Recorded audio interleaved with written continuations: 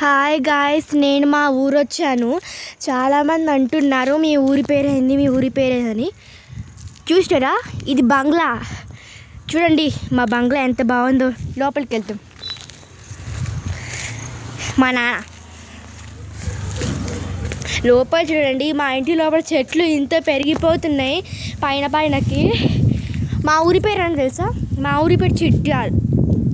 తిని మా మమ్మీ, మా నాన్న వాళ్ళ అమ్మని చూపిన. మా నాన్నకి ఒక అమ్మ ఉంది.